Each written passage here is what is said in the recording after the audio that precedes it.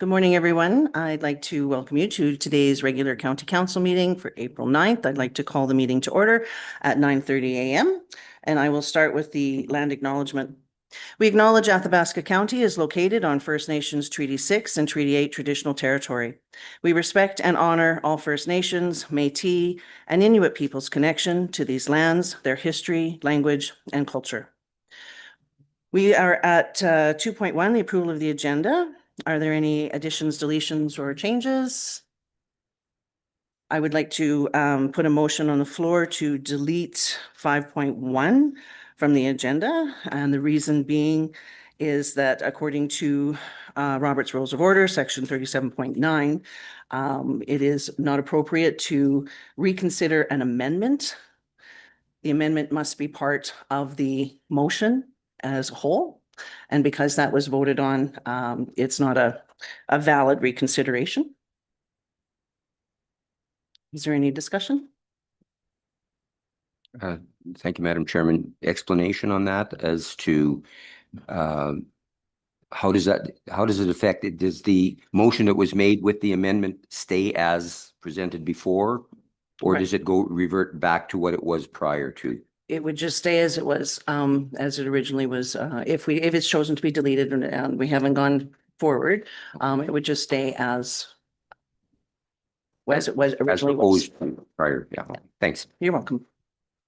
Any other discussion? No. Yes. Sorry.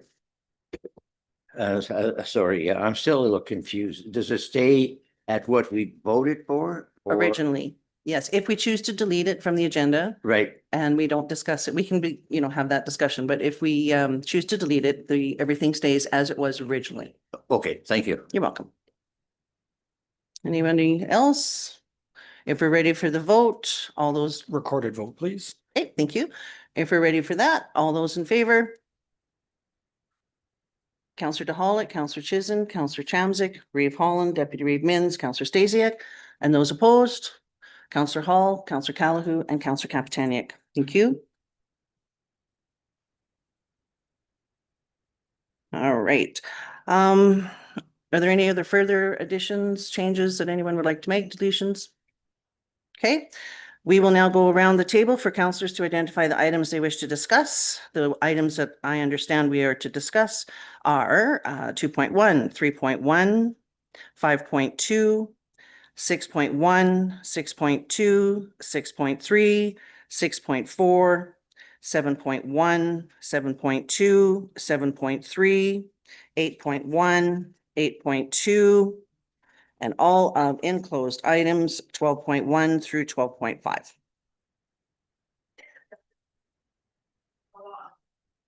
Okay, are there any others that councilors would like to add to that list? We're good. May I have a motion to, thank you, motion from Councillor Calahoo to receive the agenda, approve Would the you go agenda through as the amended? Items again, please. Yes, for sure. 2.1, 3.1, 5.2, 6.1, 6.2, 6.3, 6.4, 7.1, 7.2, 7.3, 8.1, 8.2, and all of closed session items 12.1 through 12.5. Okay. Councillor Calahoo has put a motion on the floor to approve the agenda as amended. All those in favor? And opposed? We have that 7 and 2. Thank you. So the approval of the minutes is next. That's 3.1. I do have one change for clarity purposes that I would like to make. It is on page 9 of your agenda package. It's with regards to resolution CC 26-168.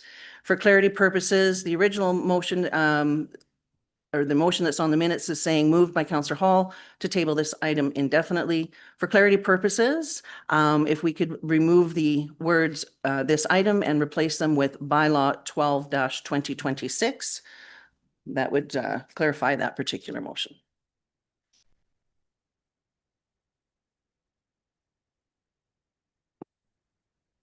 Are there any other changes or items for the minutes? Okay. Make the motion to approve the minutes as amended from Counselor DeHolick. If we're all ready for the motion or the vote, all those in favor?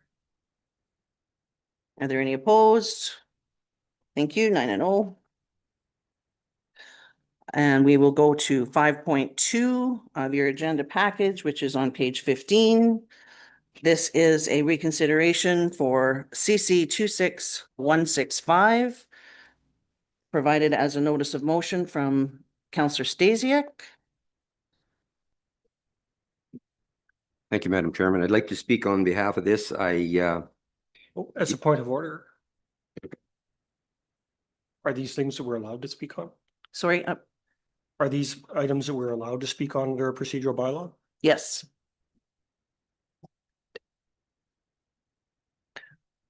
Go ahead, please. Thank you, Madam Chairman. I presented this motion of reconsideration based on a few thoughts that I had had during the day, as well as some that came up after the fact. And as you all know, I'm sorry, pardon me, point of order was placed and I incorrectly gave the ruling on that. 13.5, no discussion of the question has should be decided or shall be allowed until the motion for reconsideration is carried. I apologize. What does So that we should mean? actually go right directly to the vote, whether or not we would like to reconsider it. Oh, I see. And then we can. I Sure. apologize for that. Thank you, Councillor Hall. So on the vote to reconsider, it requires 2/3 vote. We're going to reconsider it, then we can discuss it. We're ready for that vote. All those in favor to reconsider? 1, 2, 3, 4, 5, 6. We have 2/3 opposed. Okay, we have, okay, so the reconsideration. Thank you, Madam Chairman. As I said earlier, I had some thoughts about this after the fact, and I felt that because the motions that were made that particular day were defeated based on a tie vote, in my opinion, does not represent an actual opinion or a fact of all of council. So I brought it back for reconsideration. Now, there were different thoughts of the number that should be used, and I encourage somebody who has a better idea to come up with a number. This, of course, that you're all aware that this is based on the minimum tax rate that we were trying to establish. And we started out at $100. We went down to 30. We went to 50. And based on a tie vote, they were defeated. And I feel, in all fairness, that we should have a majority vote to establish a true value of what we all agree on. So, as I said, I have my opinion on how it should be, and I would not shy at all to tell you that I think it should be eliminated totally, but that's only me. So if somebody wants to make a motion, or am I expected to make a motion? Okay, well, after all the consideration that we had, there was, like I said, there was discussion on 100, on 30, and on 50, and I thought that, in all fairness, meeting in the middle at $50 would be a compromise on everybody's behalf. So I would like to make that motion that we try make $50 fly here today, and hopefully it passes and we move on. Thank you. Thank you very much. Is there any discussion on, please go ahead, Councillor Hall. So I'm going to say this is a really troubling precedent. What we've just heard is we need to redo votes when the right people aren't at the table. What the suggestion is that quorum needs to be 9. The fact is the MGA says that votes are defeated on a tie. There was no majority to make the decision. Therefore, the decision of council is made. So this to me is us not respecting the decision of council. And it suggests that we can't make decisions if not all 9 agree, or if one person disagrees, we should redo it until they get their way. Or if one person is missing that might have tipped the balance, we should strategize and put it back on the agenda. You know, we hear lots of talk about Robert's Rules of Order. Roberts would prohibit the reconsideration of this motion. Now, our procedural bylaw, because of poor wording, allows it. Typically, when you're on the side that does not prevail, you don't get to keep bringing back what you didn't win on. It's over. But our procedural bylaw allows, if you voted yes, this to come back. So that's in order. But I guess council made a choice. And I think it's improper we're even having a conversation about this right now. Thank you, Councillor Hall. Councillor Stasiak? Thank you, Madam Chairman. Through the chair to Councillor Hall. It was not the fault of one of our colleagues that she did not attend. She was locked out through electronic failure, and that was primarily why I thought that in all fairness, she should have been allowed to participate. I feel that council, this would be just a quick decision. If council feels inclined to support, fine. If not, fine. Let's move on. Thank you. Thank you. Councillor Kaptaniak? I'd just like to point out that earlier this month, council punished a councillor for making every effort to attend and be part of the vote. So I find it interesting that we would reconsider based on someone being missing. But in any case, I'd like to make amendment to the motion and make the minimum tax $30 per year. Thank you. I don't believe the amendment would be valid due to the motion for the $30. Well, you know, we change the rules whenever. I thought I'd give it a try. Thank you. Is there any further discussion? I know for myself, I think there's more to this reconsideration. And I know it's been a tool that's been used quite often by yourself, Councillor Hall. So I'm a little surprised at your concern here today. However, I know during that discussion that day, there was also some confusion amongst our brand new councillors as to how those votes take place. I was asked from Councillor Stasiak, as an example, I thought maybe the Reeve could break the tie, right? So there was that unknown purpose, and it was unknown to others that 4-4 was a fail. So I'm happy to see that the reconsideration is here so that it gives our new councillors an opportunity to, it was a learning curve at that time. And the new councillors now have an understanding of how this particular, when these situations arise, how it happens. So I'm happy to see that the reconsideration is here. I am in favor of lowering the minimum tax to $50. I have given several discussions over this past while with regards to why, and, you know, basically, without going into great detail of repeat, I think everyone understands that it is not desired by many of our residents to have $100 minimum tax, and it has really put a strain on quite a few of our main producers, as well as our crown land leases, et cetera, et cetera. So I'm all in favor of the $50 minimum tax. Thank you for bringing forward. Councillor Calhoun.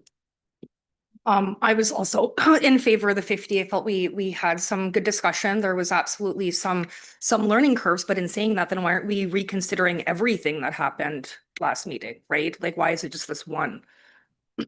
There was other examples of tiebreakers, whatever, last meetings as well. But I do agree with you. I do support the $50. Thank you. Did you want me to answer the why the others aren't being reconsidered? Sorry, I was being facetious. You don't have to answer that. I didn't quite hear you, sorry. I was being a little facetious. You don't have to answer that. Oh, well, okay, thank you. Councillor Hall. Well, myself, I agree with Ken, you know, that it should have actually been 0 or 30, but compromise, you know, 50. I can live with that. Thank you. Councillor Stasiak. Thank you, Madam Chairman. Just for clarity, when Councillor Kapitaniuk asked for 30 and that was declined, why was that? Can I get clarification on that? Because the vote had taken place last meeting and was defeated. Oh, I And see. because it was not a reconsideration for Okay, the today. consideration was for 50, not for 30. Correct. I understand. Thank you. Councillor Hall. So we heard that not everybody understands procedural bylaw, but it was on the agenda as a discussion item a couple of weeks ago. So I think at that point, by that point in the term, everybody would have read the procedural bylaw. But if you haven't, I would bring your attention to section 4.6, which defines that if there are an equal number of votes for and against a resolution, it is defeated in accordance with section 186 of the Municipal Government Act. I do have, I'm going to say from a different framework, I have a concern that we're We're tacking this on after the budget discussions. It was not part of our priority setting. That's part of the package later today, and nowhere on that list that I see eliminating the minimum tax. And when I think we had the assessor here last week or 2 weeks ago, so when 3,117 people are going to see a tax increase of between 1 and 10% changes up in their taxes, I just wonder how we're going to look those people in the eye and tell them we've just made a decision to cut and lower the taxes to the lowest taxed property class. This is not well thought out. This is a mistake. And like, I get it. We're going to keep running back against it till we get our way, but I would like it to be a recorded vote, and I will be voting opposed. Thank you. Is there any further discussion? So Councillor Stasiak would like to make the motion to lower the minimum tax to $50. If we're ready for the vote, it's recorded. All those in favor? Councillor DeHollitt, Councillor Chisholm, Councillor Chamzik, Reeve Holland, Deputy Reeve Mins, Councillor Stasiak, Councillor Callahoo. And those opposed? Councillor Kapitanic and Councillor Hall. Thank you. All right. Our next item we have on our agenda is 6.1, which is bylaw 006-2026, the land use bylaw amendment for Northeast 246820 west of the 4th. It is on page 16 of your agenda package, 16 to 28. And we have administration here. Would you like to speak on the administrative report? Thank you, Madam Chair, members of council. So lot 1, block 1, plan 0826088 is located west of Alberta Pacific Forestry Industries, or known as ALPAC, and approximately 16 kilometers northwest of the hamlet of Grassland. The redistricting is proposed for the northern 19.5 acres of lot 1, identified on the Schedule A with a yellow border to facilitate a work camp, which is not listed as a use in the agricultural district. During the internal referral circulation, Infrastructure Services confirmed that the new approach was installed in accordance with the county standards, and that Range Road 200 had an 8-meter wide road top with good gravel surface and good drainage. If the redistricting is successful and the applicant submits a development permit application for the work camp, a road use agreement will be required, including an obligation for dust control in front of the residence located on Southeast 246820 west of the 4th. The southern part, approximately 26.44 acres of lot 1, will remain as agricultural district to ensure the existing development, which is a dwelling, remains compliant with the regulations of the land use bylaw. Lot 1 is within the growth node policy area overlay according to map 4 of the municipal development plan. And the overlay represents existing concentration of commercial, light and heavy industrial development in areas that the county council has identified as having growth potential as employment centers. Although there is a watercourse located on the western boundary of Lot 1, there are no wetlands identified within the provincial wetland inventory database for the area identified where the landscaping and proposed work camp would be placed. First reading to bylaw 006-2026 was given on January 29th, and a public hearing was held on February 26th at 9:30 a.m. A registry of submissions was prepared and copies were circulated to members of council, administration, and those present at the public hearing. Each submission was recorded during the hearing. In addition, council heard presentation from residents in favor and in opposition of 006-2026. The public hearing was closed at 10:52 a.m. The purpose of the light industrial district is to permit opportunities for light industrial and manufacturing uses appropriate in specific locations as determined by council, which will support and serve the regional oil and gas, agricultural, and forestry industry bases. Upon approval of bylaw 006-2026, applications made for the uses listed in sections 11.16 of the land use bylaw. As a work camp is a discretionary use, it would have to be advertised and a 21-day appeal period for anyone who feels they are affected by the decision. Thank you very much, Ms. Cloutier. All right, we have a recommendation here, of course, for second and third reading. Is there discussion? Would anyone like to go forward with second reading? Where are we at? Counselor Stacey? Thank you, Madam Chairman. Through the chair to administration. The infrastructure services went and did an inspection and they found that there was an 8-meter wide road top as well as ample gravel. Further down, it said there was no wetlands identified in the inventory database. When was the last time that that database was brought to a current status, first of all? Is the provincial government aware of this application and the possibility by renewing the database and maybe identifying it? Maybe back in the day it wasn't identified, but that doesn't mean it isn't that today. Back to the first question, who inspected the road and said that there was adequate gravel on it and that the top was 8 meters? Madam Chair, members of council, I don't have an exact time as when the wetland inventory database was done. That is provincial. It's GeoDiscovery. It's a provincial database we use, and they were notified. Alberta Environment was sent a referral as part of the application.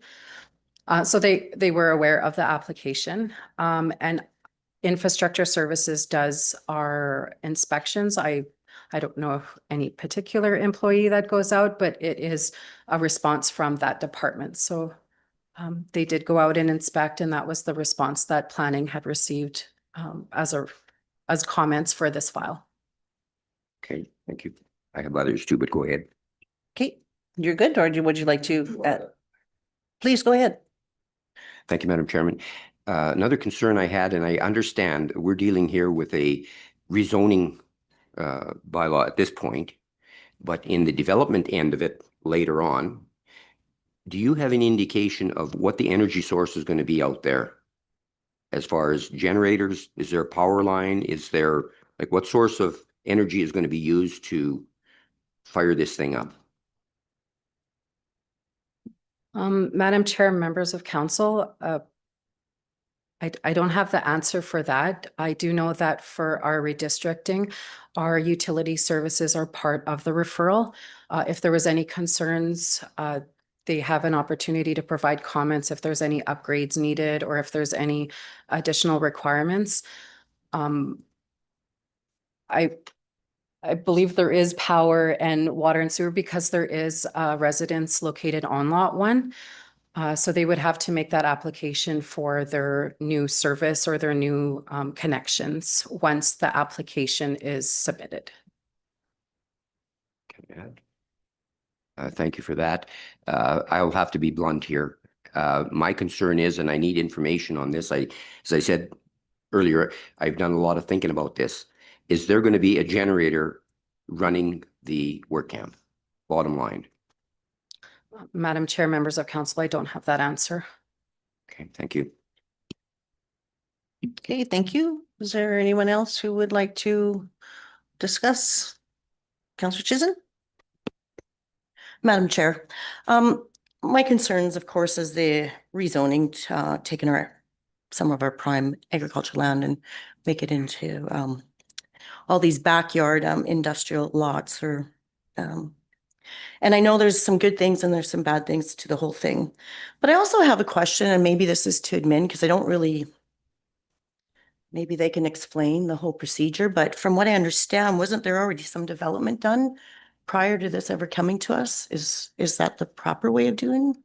And maybe explain it to me. From what I understand, there was some pilings already established on this proposed request, and then it has come to us after the fact. Madam Chair, members of council, the redistricting came to council through an application for the rezoning, which would allow a work camp use. Administration did receive a development permit application for landscaping and temporary storage of mobile units, camp units on site.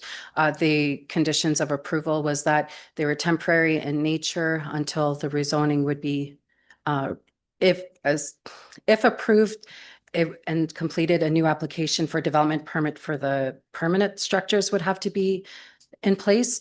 And if the rezoning is unsuccessful, they would have to be removed from the property. And also that development permit allowed for some landscaping onto lot 1. So those were an issued development permit that was issued in February of 2026. Thank you. Is there any further? Counselor Stasiak? Thank you, Madam Chairman. Through administration, on page 24 of 206, can you help me understand and clarify to me where landscaping and putting these trailers on was a permitted or even a discretionary use? I'm not disputing it. I'm just asking for you to explain to me where you found that, because I can't.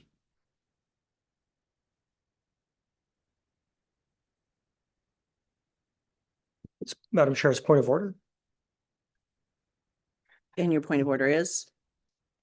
This is a discussion around a land use bylaw change, not a dig into a previously authorized development permit. I think we're not even talking to a motion here, so we're wandering all over, but I would submit we are wildly off topic. The agenda item is a land use bylaw change, not a development permit that administration issued. Thank you for the point of order. However, the development permit is mentioned in the administrative report. I believe it is on page, have it in front of me. 17, but yes, the development permit D 002/2026 is mentioned in the administrative report. So I believe councillors are able to ask questions with regards to it, because it is mentioned. Thank you, Madam Chairman. I just would like to be very, very clear here. I understand where we're starting out. My biggest concern is where we're going to end up. And so that is why I'm asking some of these questions, because I'm a bit puzzled and concerned about, by opening up a door, where does this, like, what strength, what teeth do we have further down the road? I'm not opposing or approving. I'm just gathering information so I can make an educated decision here. So I would ask, and I appreciate that the chair has approved my questions, I guess. It's just for my information, just so that I can make an educated decision. Thank you.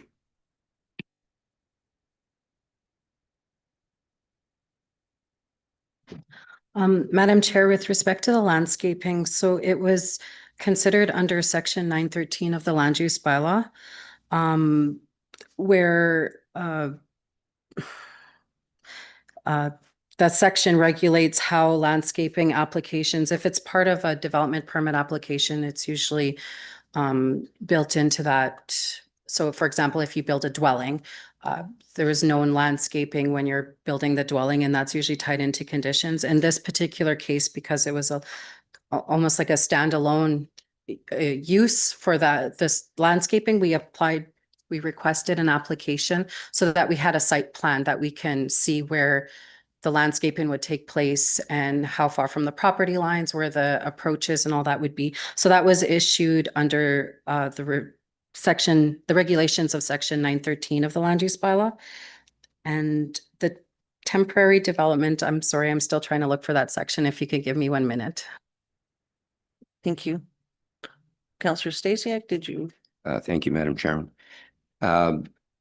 Just a quick question. If that dwelling would have not been on that property, would have that development permit still been issued? Or, because as I read this, I'm starting to wonder now whether or not both entities were combined, and that's how the development got added into an approval of the residence that was there. Should have that been a two-part development permit, one to address the home that was there, the other to address the landscaping / development further down to the north? Does that make sense? You look puzzled. I'm just curious whether or not that development permit would have been issued if that home would have not been on that property. Madam Chair, that's a hypothetical question. We had an application and they made a decision based upon what the application was. Okay, thank you. If I may, there was, if council should choose to, there was a legal opinion provided for that. We could go into closed to have that conversation. Yes, we'd like to move to, okay. Councillor Kapitanic would like to go into closed. If we're ready for the vote, all those in favor? Are there any opposed? Thank you.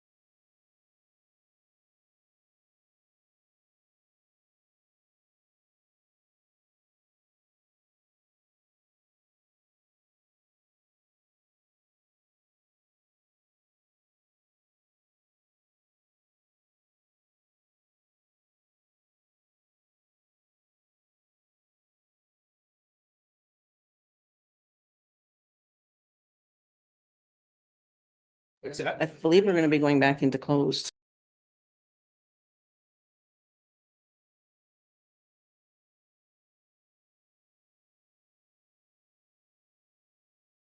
We're back from our recess now, short recess, back out of our closed session.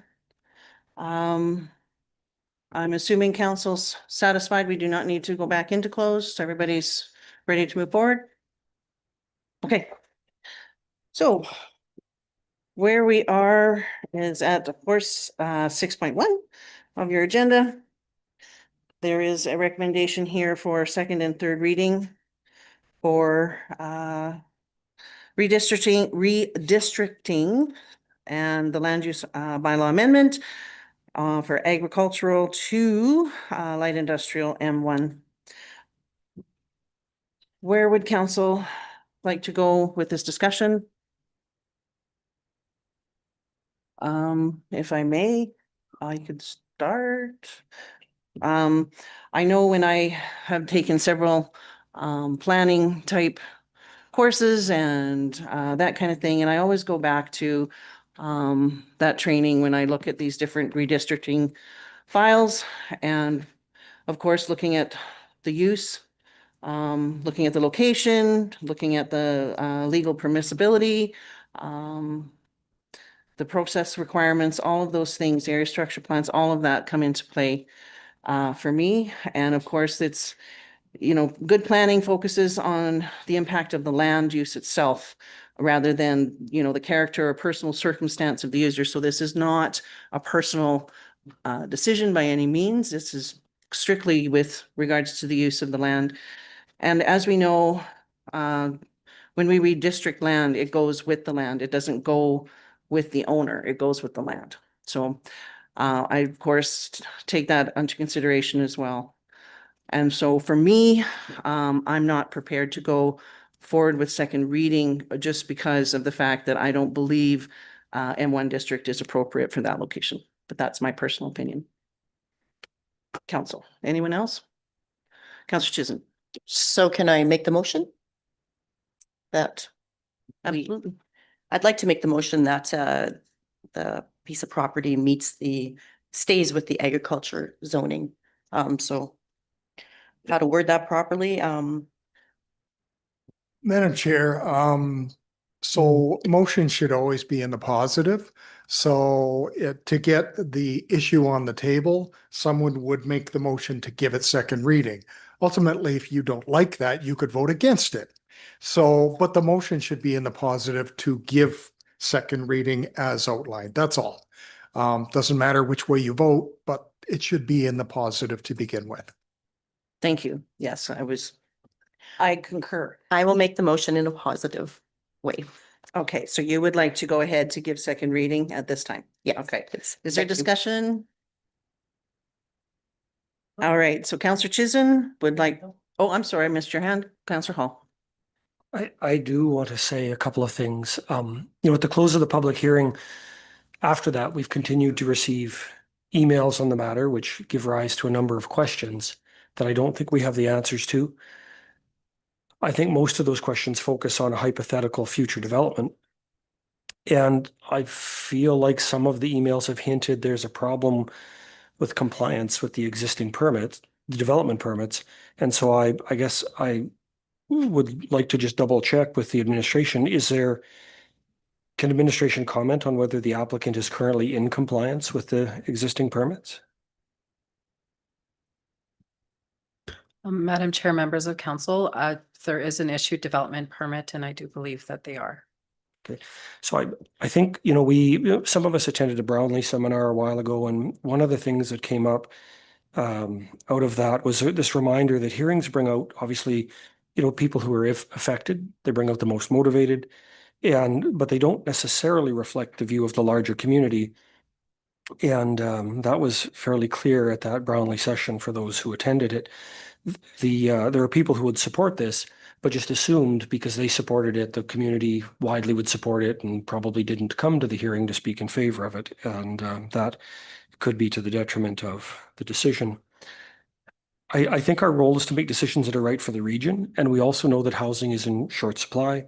And this is a proposal that affects the county's largest employer and largest taxpayer. If I may, point of order, we're dealing with a So redistricting, not a development permit. we've strayed from that in the past, so I assume the same courtesy would be permitted, but the when folks are seeking to redistrict, they typically have a project in mind. And our role, I think, is not to micromanage whether there might be a slightly better site or not, but rather to ask whether the proposed land use classification is compatible with the planning documents and the region. And I think we want to consider like I may have said to you in other times, the message that it sends if our planning documents suggest one thing and then the council goes a different direction, and the impact that, how can we have confidence to do business if we don't respect our own plans? And so as far as I can tell, there is wide community support for this change, with the exception of a few people who I think it's important we take their views seriously, but also with appropriate weight. We don't know clearly how each one is affected. We don't know where they are relative to developments. But what we do know is that there is support in the community for the land use change, and I've heard it, and I suspect you have too. Admin has proposed some conditions.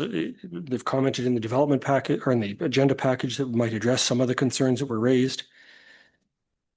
And it still seems to me there's far more questions and information required. We've heard that there might be questions about other pilings there. Are we on track? Is there enough electricity on site? Those I don't think are relevant to the land use change, but I suspect they influence the thinking. And so I'm wondering if it would be appropriate to refer this to the May 28th meeting to permit more time for council to think about it and reflect on it. I'm not sure if that's a tabling motion that you would like to put forward. I'd like to propose to my colleagues that we refer this on to a future meeting to give us more time to think. I think personally for where I'm at, we've deferred that already to the April 9th meeting. The information that I've received and the information that is before us, for me, is satisfactory to move forward today. Councillor Mins, you had your hand up there earlier. I guess the only thing I want to say is we're not here to discuss anything but other than to rezone this chunk of land, and does it meet this chunk of land meet what they want to have it rezoned to? And that's what we need to discuss, and then we need to think about, is the rezoning gonna open it up for something different or that? So whether what gets built there is on page 27 of the agenda, and it says M1 permitted uses can have any one of these things in there, and it doesn't even come back to council. So that's what we're looking at. We're not looking at what's in there now, we're looking at what it can be. So that's the only thing I wanted to talk about. Thank you, Councillor Chamzik. I'll be quick. I am ready to move on. And I'm ready for the vote today. How is everybody else? Are they ready to move on? Councillor Stasiak, ready to move on? Councillor Calhoun, are you ready to move on? Councillor Kaptanic? I'd just like to say one thing. I think what's been very clear is that we were instructed to not receive information after the public hearing, and I believe that this council has received plenty of information, if by accident and not our choice, via email, as Councillor Hall has specified, perhaps in the community, just in our daily lives. And I just really encourage my colleagues to filter that out of their minds now and remember the instructions that the Reeve gave us after the public hearing. Thank you. Councillor, are you ready to move forward? Yes, Councillor Chisholm, are you ready to move forward? And Councillor Holland? Okay. So I think Recorded vote. recorded vote. Okay, thank you. Is there any further discussion on the second reading? All right, if we're ready, pardon me? Can you read it again? Okay, Clarity. I think it was Councillor Chisholm. Councillor Chisholm would like to give second reading of bylaw 006/2026 land use bylaw amendment to redistrict 7.89 hectares or 19.5 acres of Lot 1, Block 1, Plan 08260088 from agricultural district to light industrial district. Okay, is everybody clear on that? If we're ready for the vote, all those in favor? We have Counselor Hall, Counselor Callahan, and Counselor Kapitaniak, and those opposed. Counselor DeHollick, Counselor Chisholm, Counselor Chamzik, Reeve Mins, Deputy Reeve Mins, Reeve Holland, and Counselor Stasiak. Second reading has failed.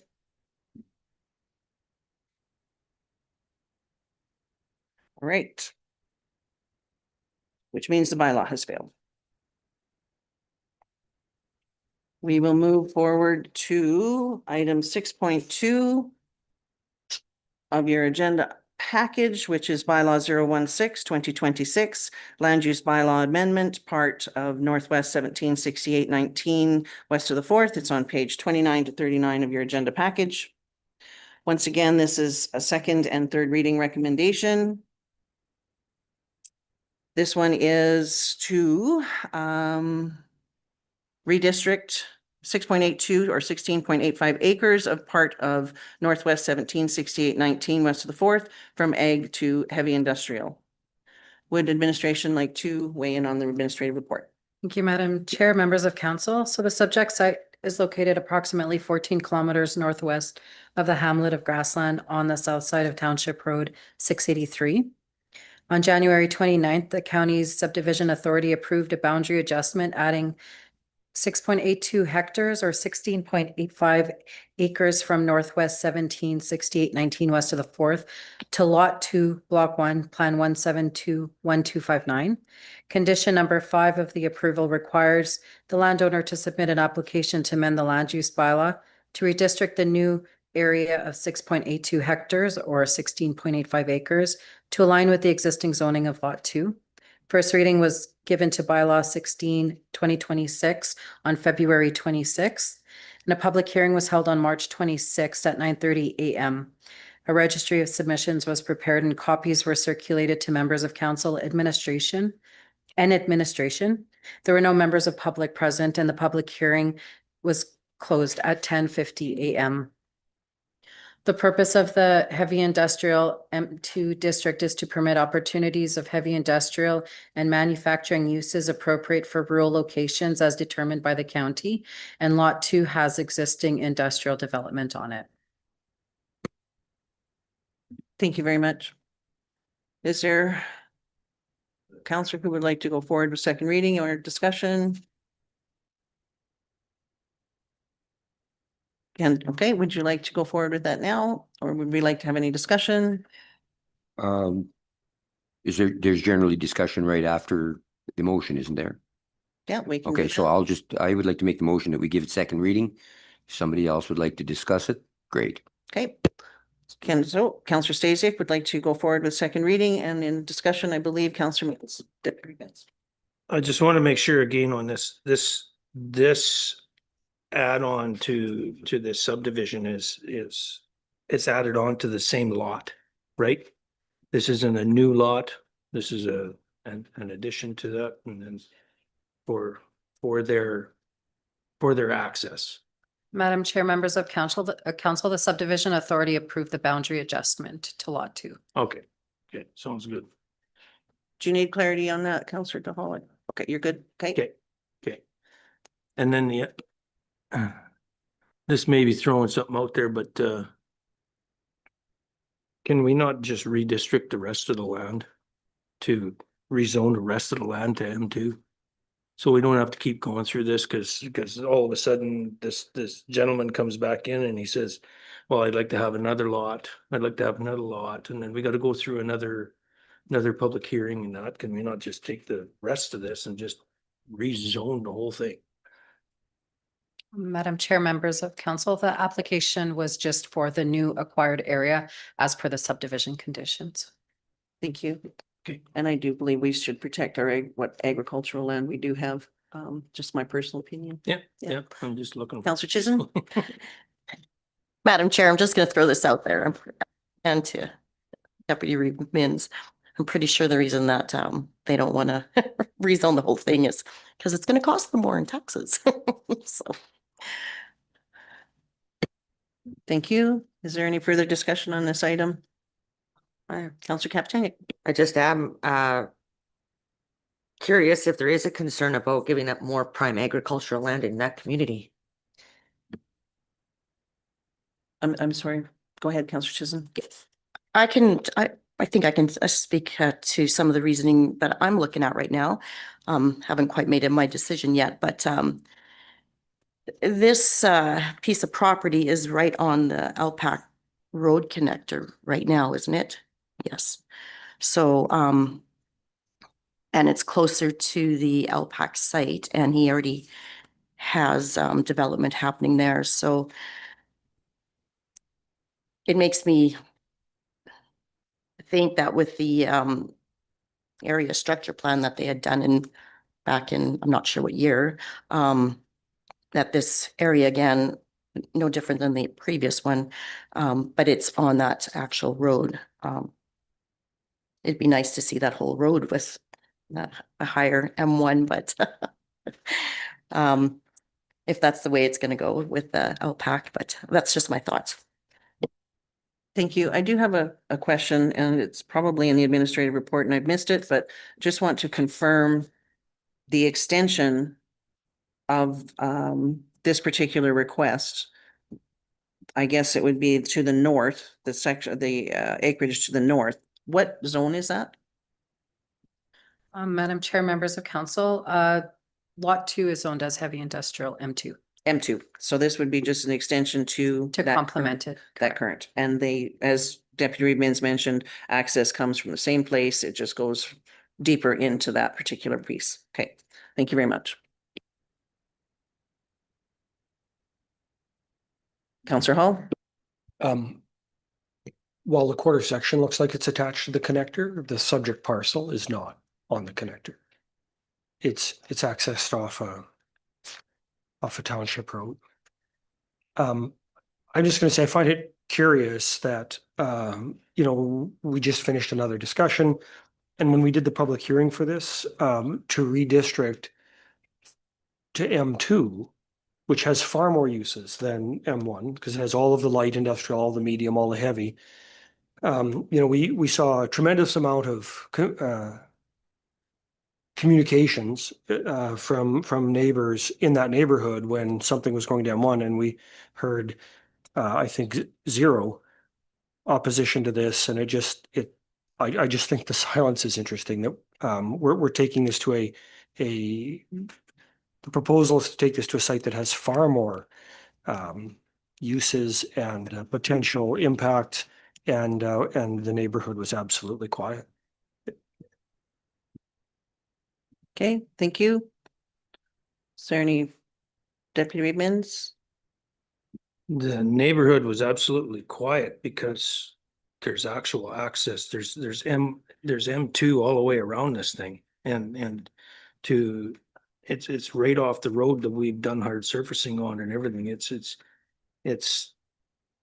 there. That's why you probably don't hear a lot of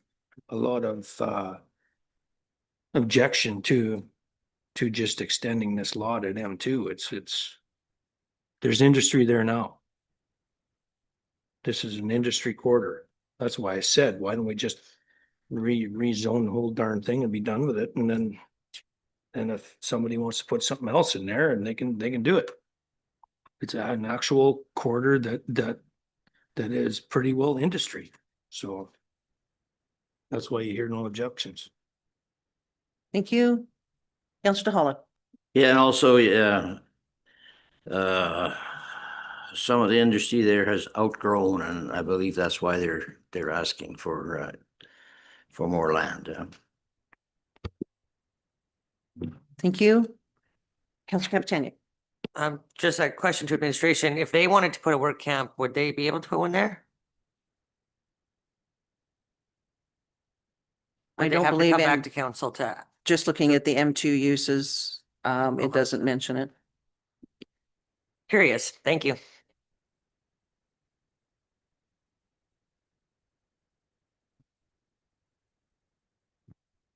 All right, has everybody had their questions, clarity? Everybody's good to go? Okay, Counselor Stasiak, if you're ready to go forward with the motion, I must get it here. Counselor Stasiak would like to give second reading of bylaw 016-2026 land use bylaw amendment to redistrict plus or minus 6.82 hectares or 16.85 acres of part of Northwest 176819 west of the Fourth from agricultural A district to heavy industrial M2 district. If we're ready for that vote, all those in favor? And opposed?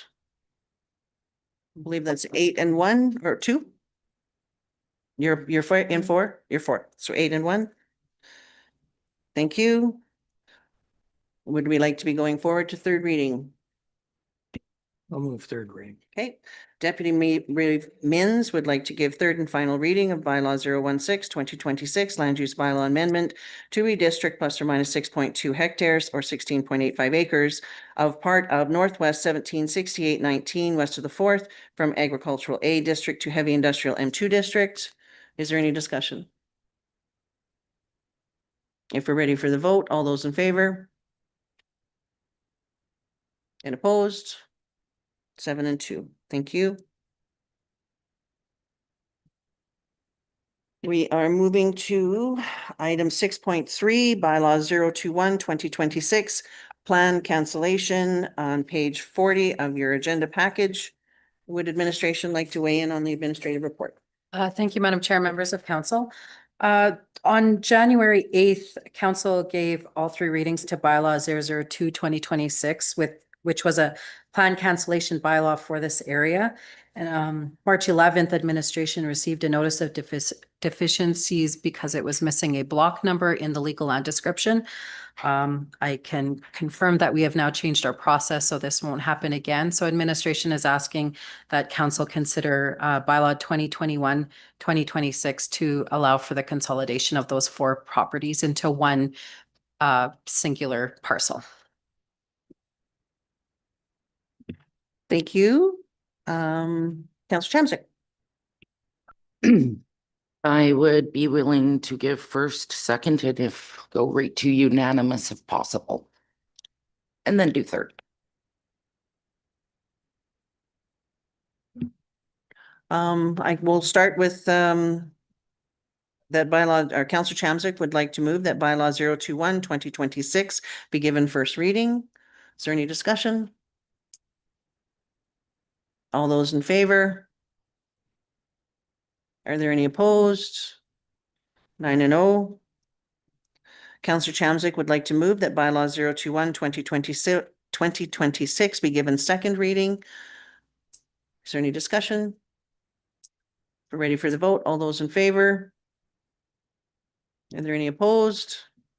Thank you. Councilor Chamsick would like to move that bylaw 021-2026 go to third and final reading with the unanimous consent of all those present. If we're ready for the vote, all those in favor? Thank you. Any opposed? 9 and 0. Councilor Chamsick would like to move that bylaw 021-2026 be given third and final reading. Is there any further discussion? All those in favor? Are there any opposed? 9 and 0. Thank you. All right, item 6.4. 6.4, bylaw 022-2026, water and sewer service charges. Page 45 of your agenda package. Deputy Reed Mins. I'll move the recommended motion for the amendment to the date and to give third and final reading as amended. Thank you. Would administration like to weigh in on the report? No, I think we've Covers it. presented what you asked for.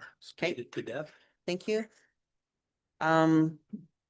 Is there any discussion on Deputy Reed Mins would like to move? We'll do with this in 2 separate motions. Deputy Reed Mins would like to move that bylaw 022-2026 be amended by revising the effective date from April 1st to May 1st, 2026. Is there any discussion? I'd like a recorded vote too.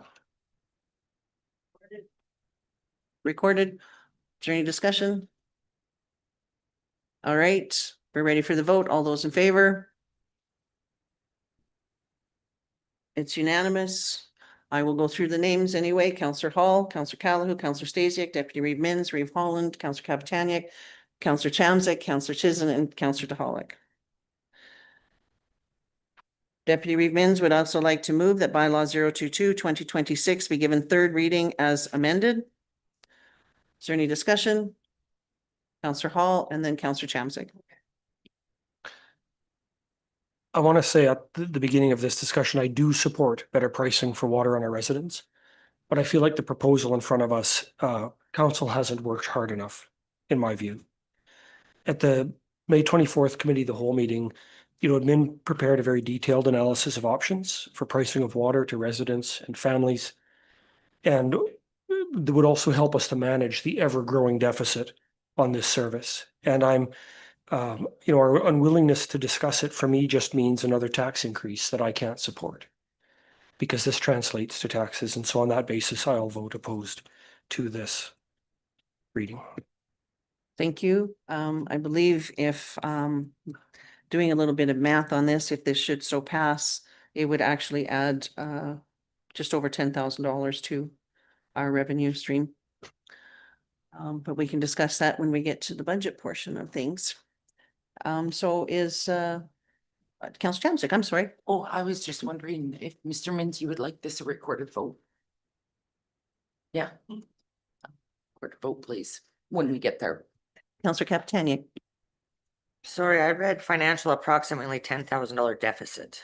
Yes, that would be at the budget currently at $6, but we're raising, if this passes, it would raise to $622. 25. And there is a bit of change up when you look at the months that it was calculated at on the budget, but we'll discuss that. We have when it we at get to that. 625, 6.25. Do I have the right? name? 625, yeah. So then it would actually be a little more. Okay, well, not It could- 622. Yeah, sure. pardon me.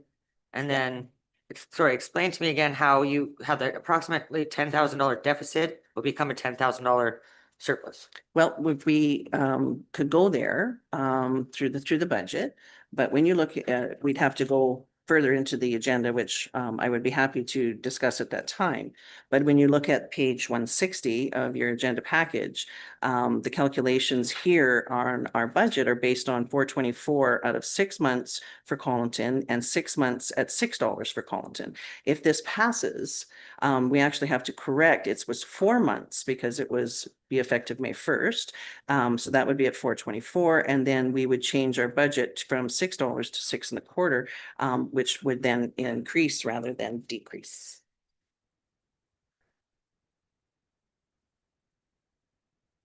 Okay. Because it's based at 6, not 6.25. Counselor, or pardon me, Honorary Director Morton. Just for clarification, our math works out to a deficit, and it's based off the rate associated with water truck fills, not when you take in, because council's proposing that we don't raise to 622. And because of the significant volumes through truck fills, it works out to a deficit.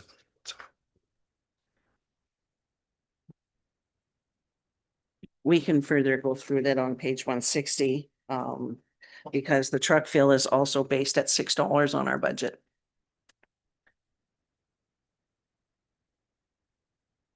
So it hasn't changed, but I'll explain it because I noticed the 10,000 deficit was based on page 160 code 1440 for between the 23,000 and the 33,000 for Collinton. However, that's where I saw it, but we could definitely confirm that later.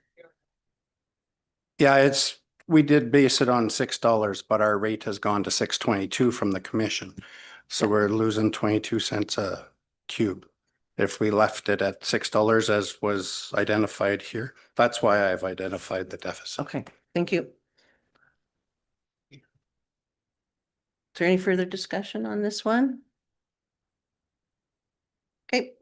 Deputy Reeve Mins would like a recorded vote, and he would like to move that bylaw 022-2026 be given third reading as amended. We're ready for that. All those in favor? Counselor DeHollick, Counselor Chisholm, Counselor Chamzik, Reeve Holland, Deputy Reeve Mins, Counselor Stasiak, and opposed? Counselor Capitania, Counselor Calhoun, and Counselor Hall. Thank you. All right, we are moving on to new business, our strategic priorities, 7.1, page 51 of your agenda package.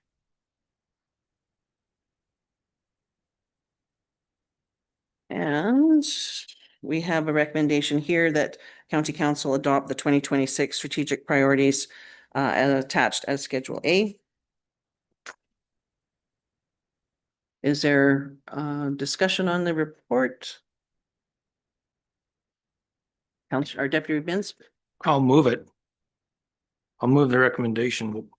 County Council adopt the 2026 strategic priorities attached as Schedule A to get the discussion going. All righty. Is there discussion? Counselor Stacia? Thank you, Madam Chair. Through the chair to administration, I agree with this. This is a great job. Can you explain to me, like the now, what you call, I don't know, priorities? Can we do some at the same time, or we don't complete one and then start another one? Is that correct? No, I mean, the truth is you're always working on some other things at the same time. I wish we could just say, folks, we only work on 5 things. Good luck. I understand that. It's just But that, we like, don't. But if you're really talking about the majority of your time, the majority of your time should be focused on, council said they want the 5 things done before we move on.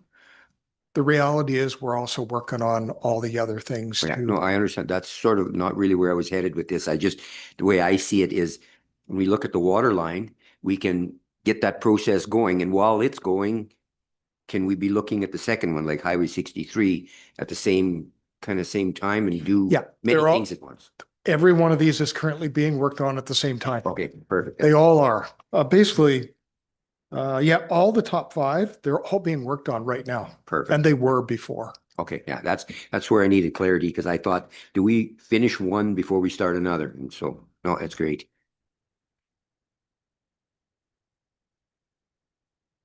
Just for Sorry, Counselor Hall. clarity, the timeline box, the year on all of those items is 2026. That is correct, Madam Chair.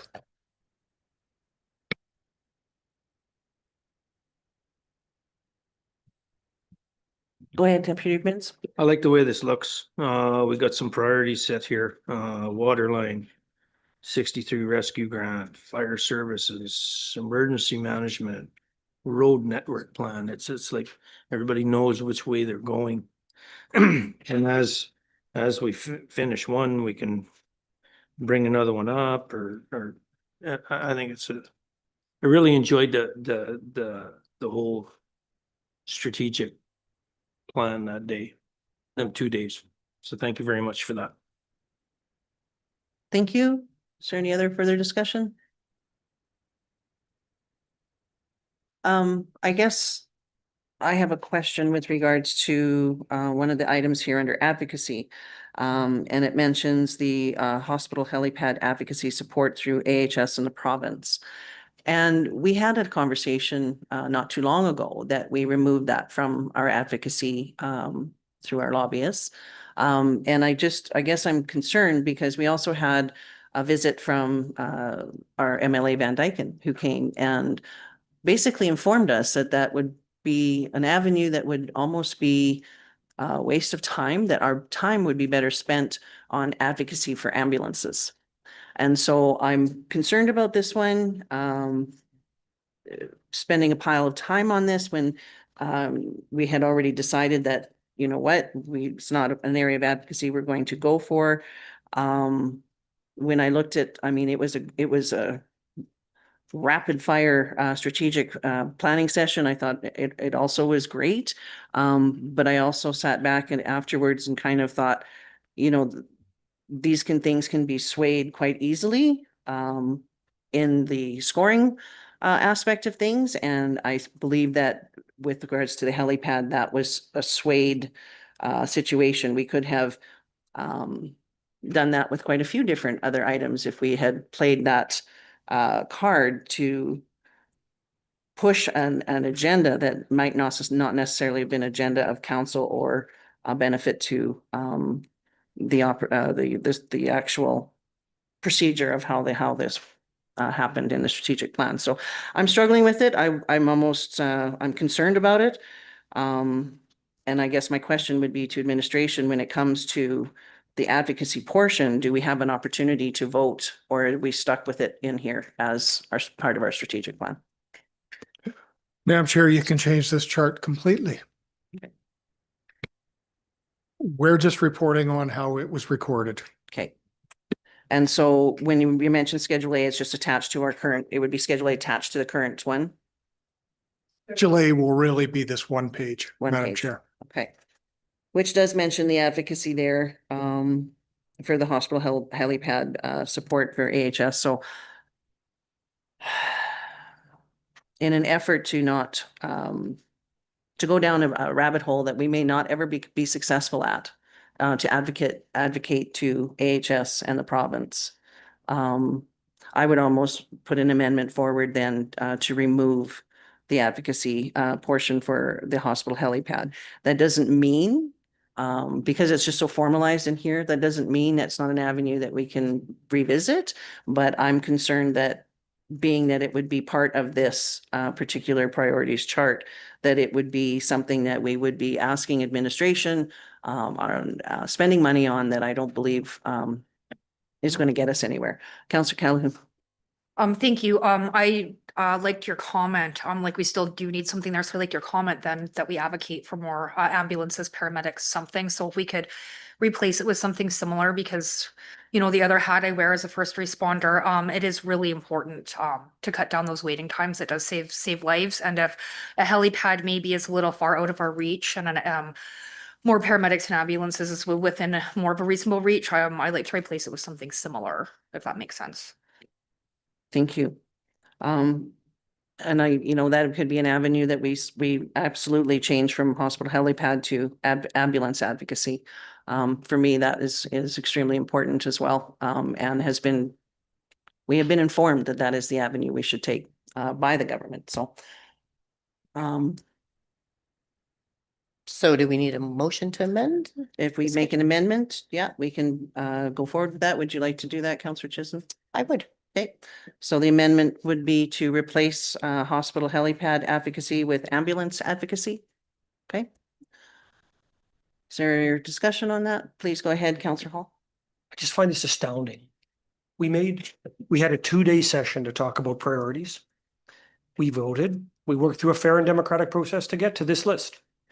And if in trying to pass it, we're now going to start going after our own personal projects, personal wishes, things that I wished were number one that I didn't get number one.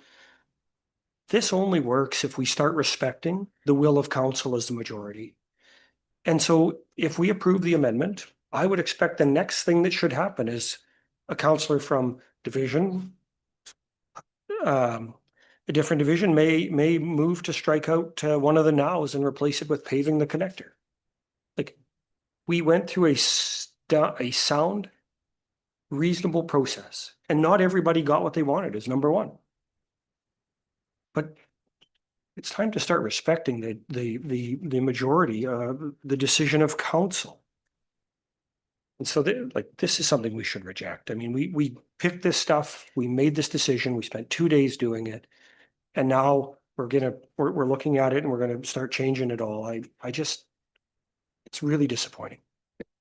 Well, this is part of the decision process. We had the conversation, of course, at our strategic priority session. And as you will note on page 57, the scoring that took place there, that is based on 2 councillors putting a score there. So I don't believe that was majority. Councillor Chisholm, did you have your hand up? Madam Chair, this is not written in stone, and if we've been advised that they're kind of going to waste some money and time on this, that's why I think making a change is probably a good thing for our residents and ratepayers here. So it's not a personal agenda by no means. And it's kind of in that same realm. So that's why I thought it would be a great substitute on the Schedule A. Thank you. Counselor Chamzek? As a past council, we have gone around and round about it several times. I'm not going there repeating the same song and dance, but I definitely would be very interested to see the exploration and what ambulance advocacy can do for our community and residents. Thank you. Counselor Capitania? I just don't see why we can't do both. I don't feel like we should have to choose when we're advocating for better health services for our rural community. I don't think that it matters which or what you have, and if you want to put them both on the line, I mean, that would be a great compromise, and then it wouldn't feel like someone's just picking and choosing what's on the list. But I think we should be, at any opportunity we have in front of anyone, be advocating for better ambulances, more funds for first responders, better Highway 63 programs, all of the things. So to me, it doesn't matter if something's on a list or not, and I'm in front of a minister, I'm going to advocate for whatever comes in that conversation. And it might be better ambulances and it might be a helipad. Okay, thank you. I think I was clear in my point that I'm concerned we'd be going down a rabbit hole. We're not going to be successful in wasting that time. Counselor Stasiak? Thank you, Madam Chairman. I could agree with you. I see this as which one of the two would be in closer striking distance. And yeah, I appreciate that. Yeah, both are very important to us. But I remember discussing this earlier in our term here that maybe we're not in a bind for a helipad, but we're more in a bind for ambulances. That's for sure. So I think I'm supporting the amendment to ambulance. I think that's a great idea. And at the time, we can also add helipad if it happens to come across our table again and discuss it then. But yeah, I think there's nothing wrong with reconsidering something after the strat plan. I was in agreement back then, and I think now that it's brought to our attention that one is a little more important than the other, that's not a big deal to me. Thank you. Counselor Callahoo? I also like the idea of having just helipad / heliport / ambulance and yeah, I don't know.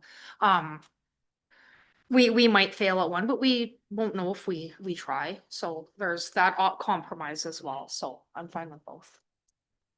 Counselor Hall? I'll just remind everyone that the same person who told us this is not within our reach was also the same person that told us to give up on AU. Absolutely. And Point of order. Can we stick to the subject, please? I think we've what grown. part of the I think procedural we've bylaws grown. off? Point of order. I'm saying to you now, stick to the subject, and I will mention I just those want types of clarification. that type order of disrespect proceed. is not welcome at the table. Thank you. It is mentioned in our procedural bylaw. Are we ready for the amendment, folks? Okay, Counselor Chisholm would like to move that we amend the draft strategic priorities chart to be ambulance advocacy rather than hospital helipad advocacy. If you're ready for the vote, all those in favor? And opposed? 7 and 2. On that, if we're ready to go forward without any further discussion, I'm not seeing.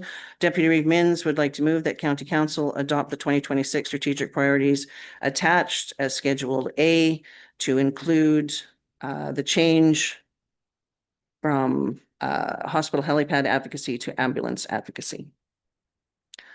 If we're ready for the vote, all those in favor? And opposed? 7 and 2. Thank you.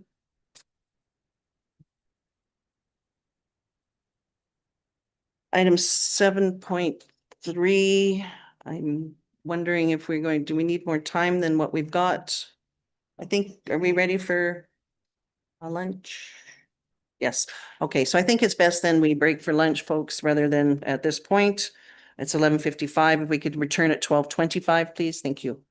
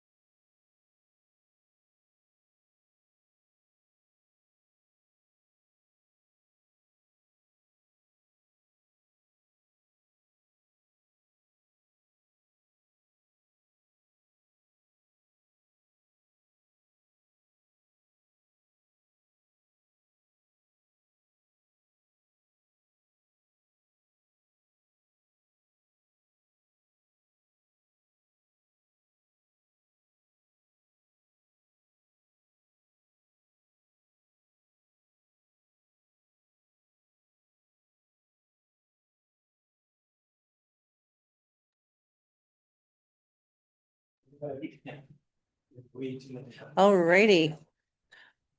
I think we're back in. We're good to go. Thank you so much.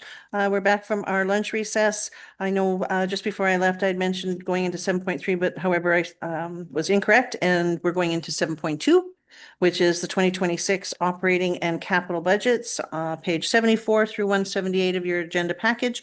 And I believe we have a presentation, and administration would like to weigh in on the administrative report as well. Thank you, Madam Chair. Yes, if I may, I got a short presentation which will kind of summarize our RFD and the changes that occurred since the February 12th when the council approved the interim budget.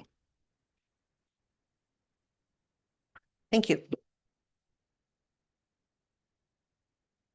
So the purpose of this report or presentation is to present amendments to the 2026 operating and capital budgets.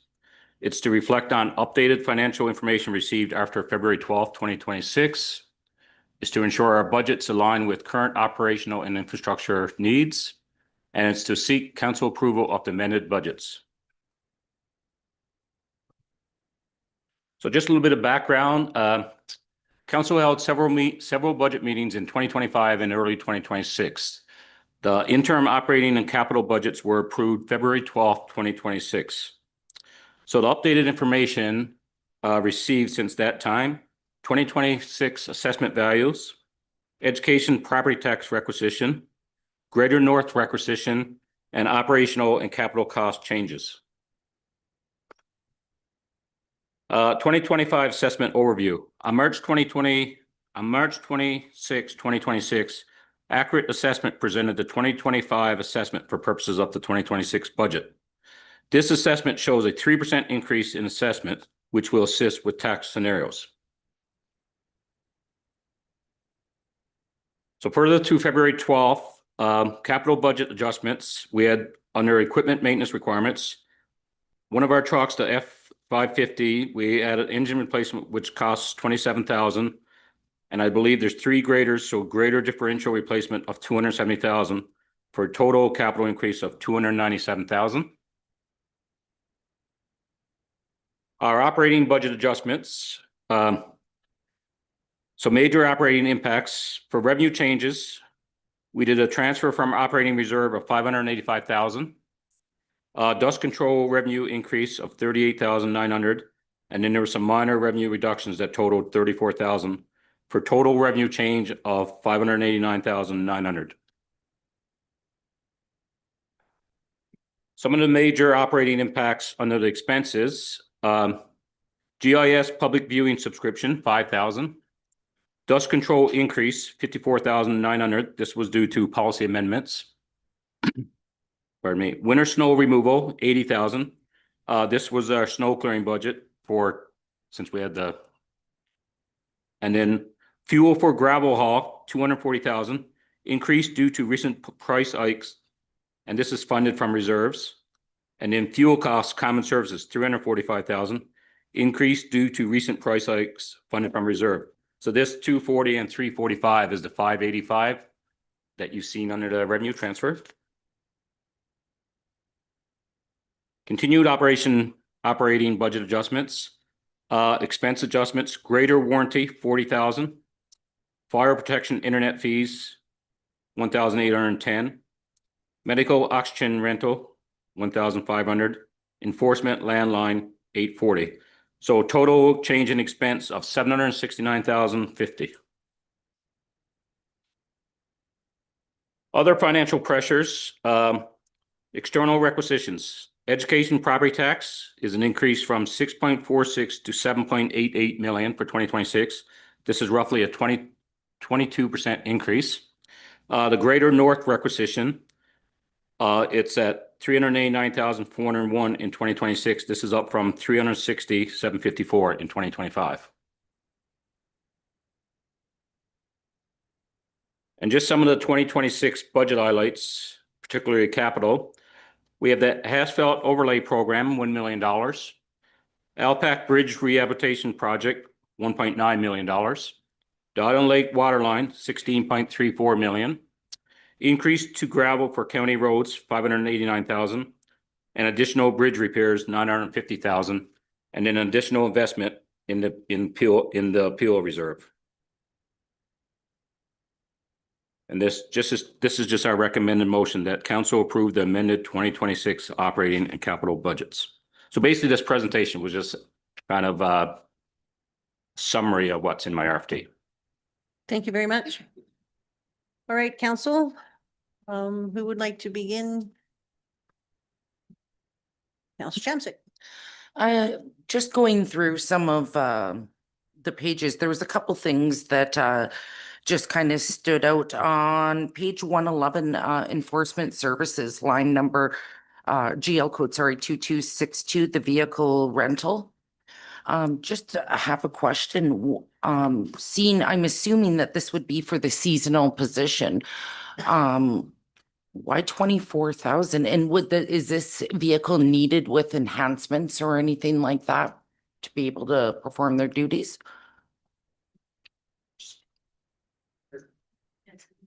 Yeah. It's just one of our vehicles that we rent through Enterprise. So basically, all the vehicles goes through Public Works for Enterprise, but this is just one of the vehicles that we have.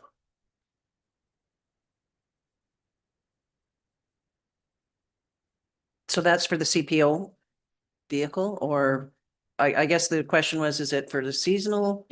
Yes, is it for the seasonal or to current? It's current. It's one of our full-time. Okay, thank you. Councillor Chamsick, anything further before we move to Deputy Mins? Go ahead, Mr. Mins, if I find something else, I'll. Yes, I'm just wondering, your page, let's say 87. Under ag services there, we got 2262 rental vehicle equipment mowing program. Or I put down their mowing program. Can we rename that to mowing program or something like that instead of rental vehicle equipment? Because that's 373,000. Sorry. What page, 226? Through the chair, I believe that's the big mowing, the mowing program. So yeah, we can change the name on it. Sure. Yeah, thank you. Right on, perfect. Thank you. Okay. Councillor Stacey? Thank you, through the chair. Page 105. I'm noticing in the reserves contribution from the town of Athabasca, do they not contribute to the transportation system? To the chair, no, I think. No, they don't distribute, they contribute to the transportation operating budget, but for the capital, I think they made a motion that they will keep the capital, and once we purchase, like, for example, the Andy bus, we would just invoice them for their share and then they would pay it. I see. Okay, perfect. One other question I had was right at the beginning, this 270,000 for the grader differential replacement. I'm assuming that's for those 3 graders that were not under warranty? Right? Okay, Through chair, that's correct. good, thank you. So they got it at whether they needed it or not, is that correct? Or they needed it? Okay, good, perfect. Okay. Confirmation has been made. Anyone else? Deputy Mins and then Councillor Chamsick.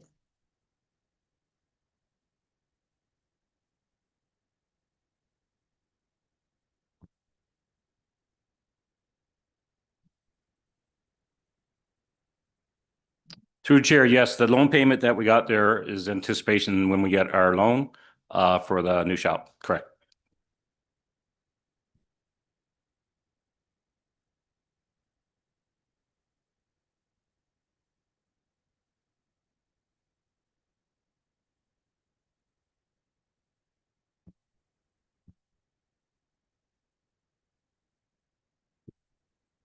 No, that one will likely relocate to the new shop yard.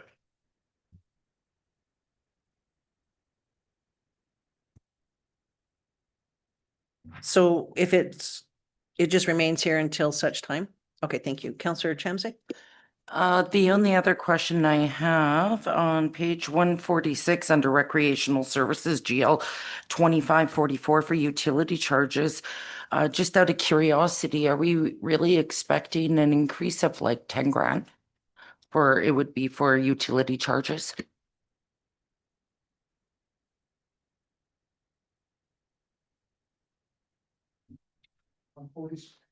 And what code, Kelly? 2544. Utility charges near the bottom, fourth from the bottom.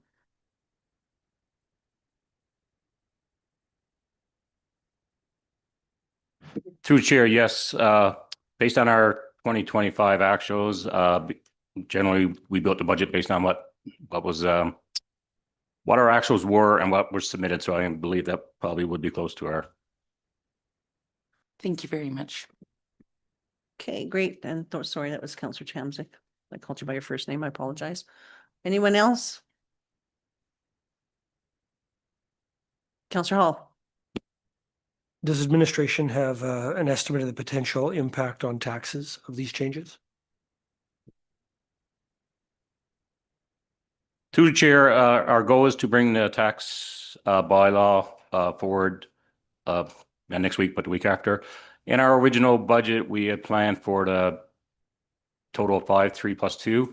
That being said, there may be a slight change because a couple of our assessments went down, but we don't expect to be a large impact or a large deviation from what we originally presented to council. Okay, thank you. Okay, I just wanted to just talk a little bit more too about the change to the water rates. On the administrative report on page 74, it mentions a $10,000 deficit for the Collinton water rate, 424 for the first quarter. So that's what I was calculating when I was trying to figure things out when talking about earlier today. So on page 160, what I noticed, just so that we can, because I know it's kind of a hot topic. I'll get to it. So what I noticed under 1440 on page 160, that Collinton had 5,500 cubes at 424 and 5,500 cubes at 6. So I kind of gathered that that was just a split, 11,000 total for the year. And so when I looked at that, I thought, okay, well, it's 4 months. So January through April would be 4 months, and kind of back down the 5,500 cubes to what 4 months would be based on 11,000 cubes. Is that?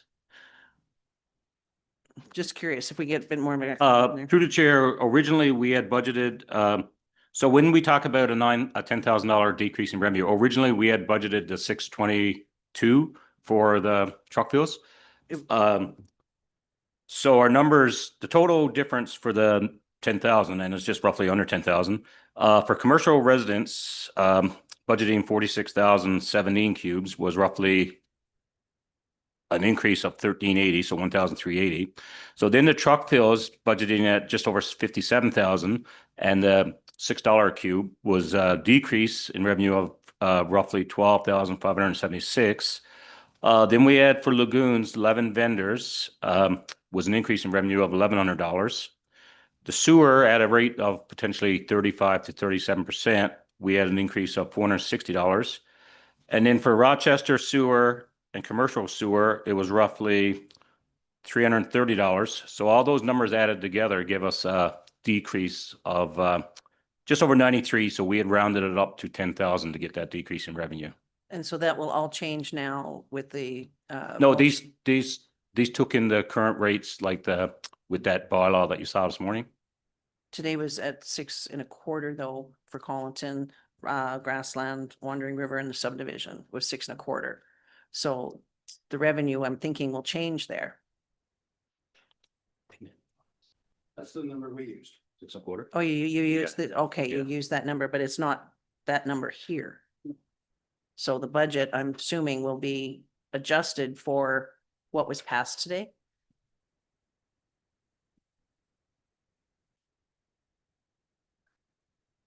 Well, 10,000's in there, it's just that the rates haven't been adjusted in the comments.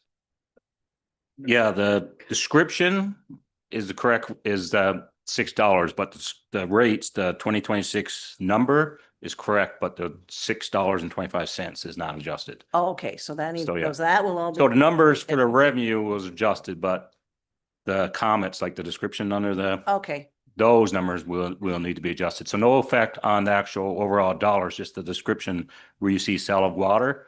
We didn't update those numbers. okay, so that's the only thing to be Yeah. corrected. Thank you for that clarity. I appreciate that. Awesome. Okay. Anybody else? Okay, pretty quiet bunch. Do we have a motion? Counselor Stasiak, would you like to make the recommended motion? All right, Counselor Stasiak would like to move that council approves the amended 2026 operating and capital budgets as presented and discussed. Is there any further discussion? Counselor Hall and Just for clarity, because of the way the presentation was, and sometimes there could be misunderstandings, Greater North budget does not affect the county's budget. It just affects what we collect. And I thought that some of you kind of expected a question on this. The increase year over year.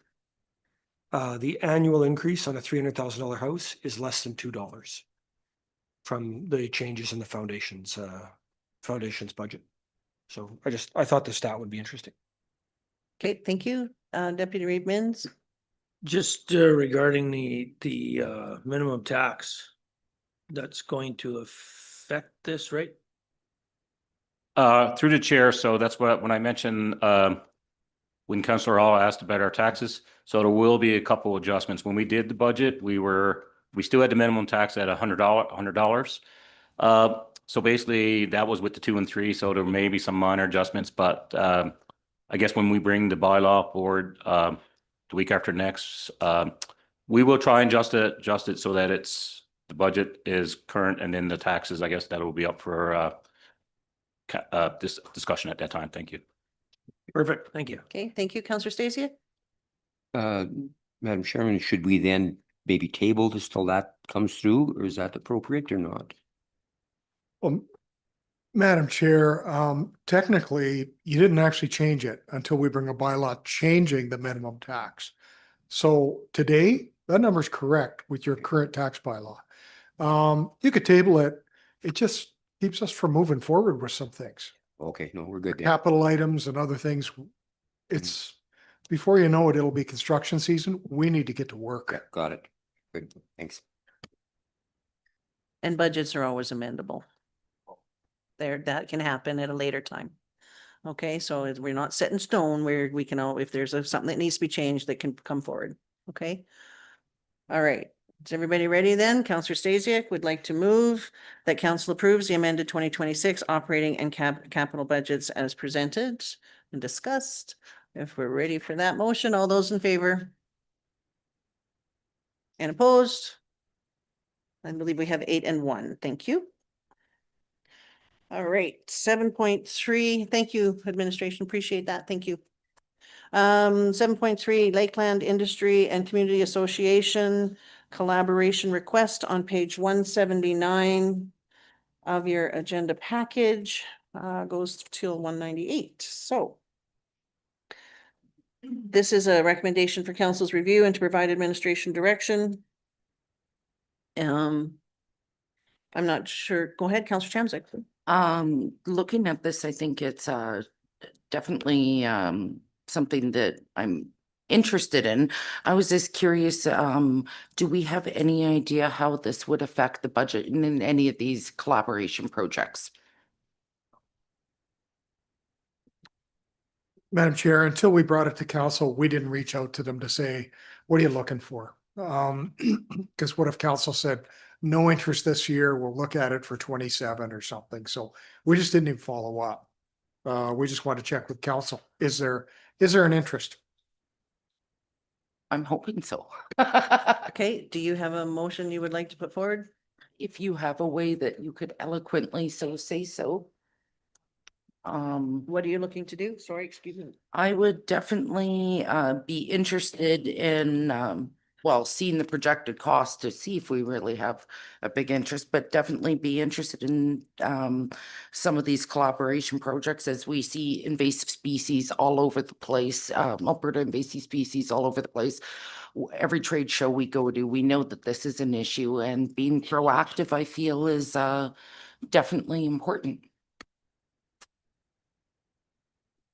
Okay, so are you, in hearing, what I think I'm hearing is that you would like to direct administration to obtain some costs? Absolutely. And Um, some cost and information on some of the available collaboration projects. So do you want to pick and choose? There's boat washing stations. Educational signage and enhanced early detection monitoring might be a possibility. And of course, resources are always good to know. Resources, sorry. I don't know, it says resources. Educational signage and Well- resources, if you look. Yeah, that would be in the same educational signage, and resources probably would be pamphlets and those types of things, is my guess. We have lakeside pamphlet boards and stuff where information is never a bad thing to definitely be placed. And you're not interested in the boat washing stations? It's a possibility. So do you want that Sure, included? the kit and caboodle, get the information. So in other words, the collaboration project Absolutely. as identified. All right. Is there a discussion? Deputy Mays. Just wondering if if we're gonna collaborate, and this has got to do with Skeleton Lake, I'm taking it, right? I would think every lake. Well, Well- yeah, but this is under Beaver River Yes. Stewardship program. I'm just wondering if there's any reach out to the two summer villages that are over there, Bondus and Miawatha, to see if they would collaborate also, work together with Athabasca County and Leica. I think that would be an excellent idea. Could we To start with a letter, start with a letter? okay?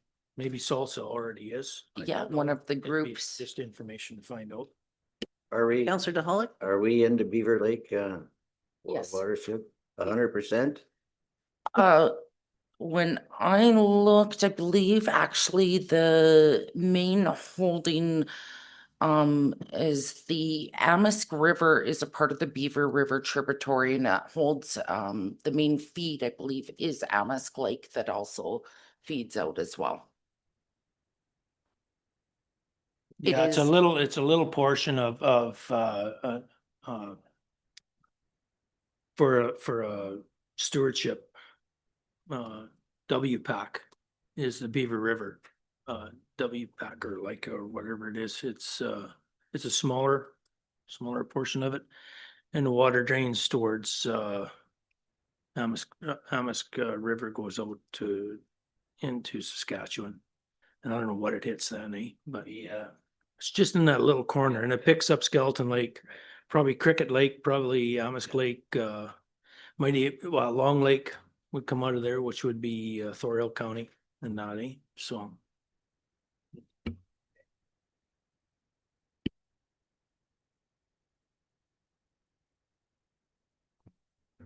All right, I'm just kind of wordsmithing here, and I'll just write down direct administration to send a letter. This is not on the floor, just wordsmithing.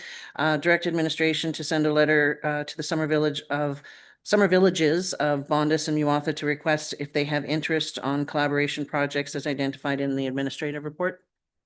Let's start there, I guess. CA, do you have any advice? Okay, is there any discussion on this? Okay, should we make that the motion? Counselor Chamzik would like to direct administration to send a letter to the summer villages of Bondus and Muatha to request if they have interest in collaboration projects as identified in the administrative report. I guess it would be LICA, LICA collaboration projects. LICA collaboration projects as identified in the administrative report. Okay, is that fair for everyone? If you're ready for the vote, all those in favor? Are there any opposed? Thank you, 9-0. And we are on to community event calendars, page 200 of your agenda package. I believe Counselor Chamzik, you may have some additions. I do. On May 12th would be the Atmore general meeting, and then May 17th would be the Prospita Graveside Blessing, and the 25th would be the Grassland Egg Society meeting. Ag Society, okay, thank you. Is there anyone else? Oh, Counselor Chisholm?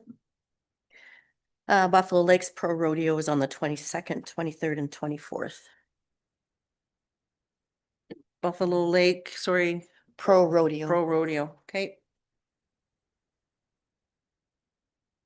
And that's 22nd through the 24th. Okay. Counselor Chisholm, or pardon me, Counselor Callahan, sorry. All good. April 14th, 7 PM is the Richmond Park Hall Association meeting. Okay. Is there anyone else? A busy calendar. Counselor DeHolick?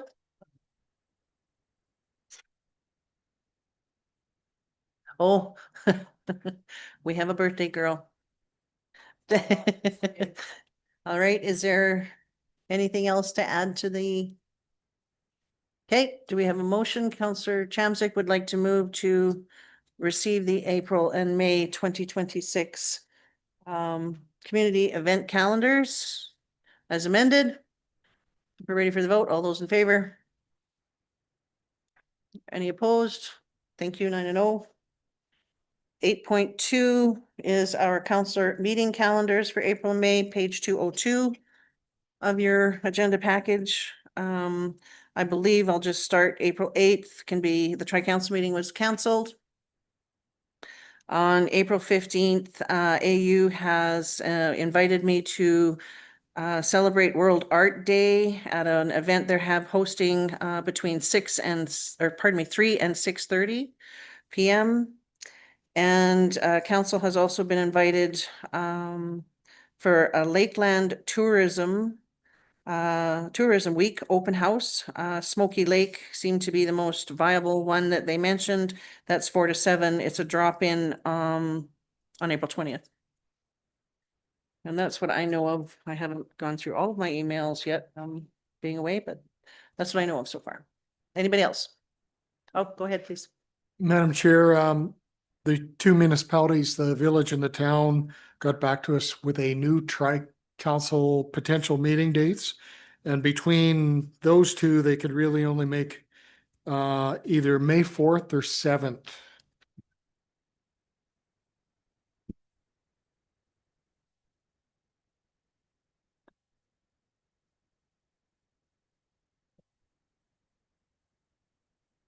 I'm just gonna have a look. Everybody has a look at their, It would be a Monday or a Thursday, just. okay, I know I'm not available on the 4th, but that's just me. The 7th would work better for my calendar, but that's just me.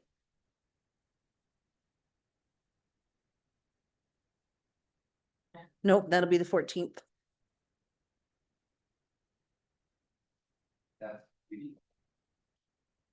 No, committee of the whole will be the 21st. Okay, where's the council sitting for May, for the tri-council, 4th or 7th? I'm good with either one. Either one? Pardon, you're gone that week? The 7th would be preferred for 7th? myself. Counselor Chisholm, 7th? 7th? Either. Counselor Stasiak, how does the 7th or the 4th? You're good? Counselor Hall? 7th seems to be the consensus. If we propose that one, and it's probably an evening, I'm guessing. They always have been in the Yeah. past, so Okay. I'm assuming yes. Okay, and I'm sorry, who's hosting? Is it Athabasca or Boyle? I don't know that. Hey. Just so we'll figure that out another day. Is there any other additions to the deputy read minutes? What is it? The 13th Alice Committee meeting was canceled. That's it. That is all. All right.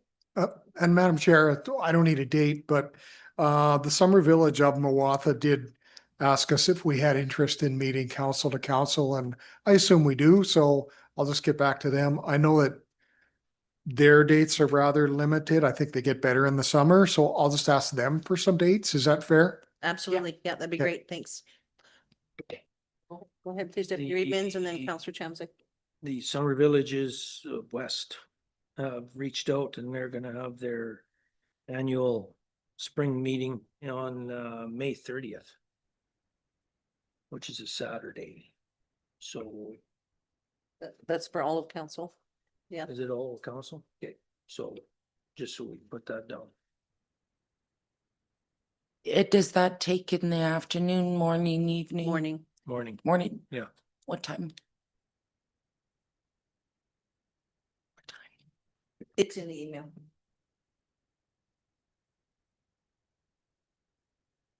Hey, anybody else? Or Counselor Chamzik? May 8th, Northern Lights, executive meeting.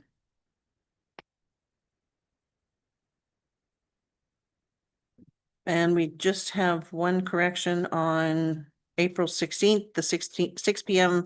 Town Library will be initials KS. And for Counselor Stasiak has accepted the position for there. Hopefully. There. All right, I think. Are you okay, Counselor Stasiak? Do you need? You're good. Okay.